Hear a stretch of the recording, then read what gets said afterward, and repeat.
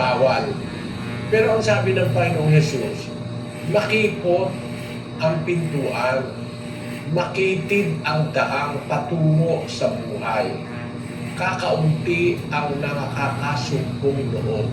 Kung ikukumpara natin doon sa mga nakakita ng masasamang mga bagay sa buhay, mas kakaunti yung nakakita ng mabubuti.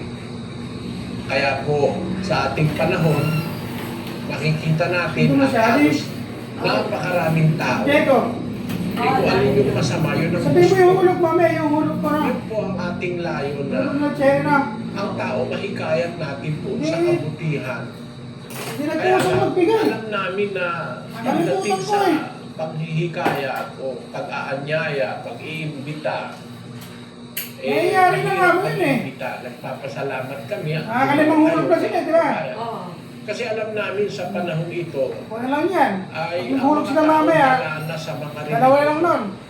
Sabi ni San Pedro, napagsasalitaan ng Oo, masama 8,000 yun eh. ng katotohanan. Eh kulang-kulang sila, kaya magiging 8 hulog yun.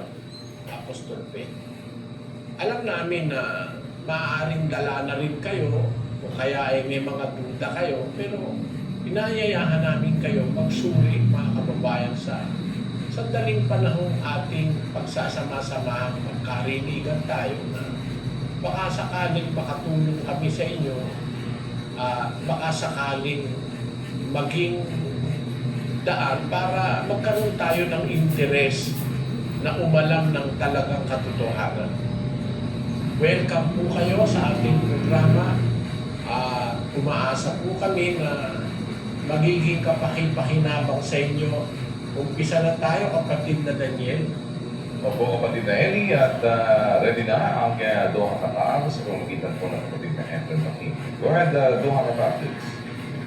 Maraming salamat po sa Diyos, kapatid na Daniel, kapatid na Eli.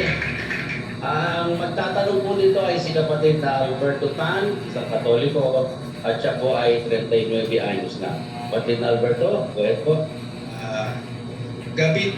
Araw po talagang lumalapit sa ating Panginoong Diyos Ama at sa kanyang buktong anak na si Jesus.